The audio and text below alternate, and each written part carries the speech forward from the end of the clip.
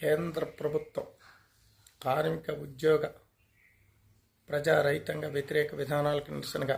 November 26న దేశవ్యాప్తంగా జరుగు అఖిలపక్ష కార్మిక సంఘాలు, రైతు సంఘాలు ఇచ్చిన నిరసన ధర్నాల్లో, ఊరేగింపుల్లో ఆటో డ్రైవర్లు, కార్మిక వర్గం, ప్రజలు పాల్గొని జయప్రదం చేయాలని కోరుతూ ఈరోజు ఉదయం 10 గంటలకి రైల్వే స్టేషన్ ఇన్గేట్ జంక్షన్ వద్ద గోడపత్రిక ఆవిష్కరణ జరిగింది.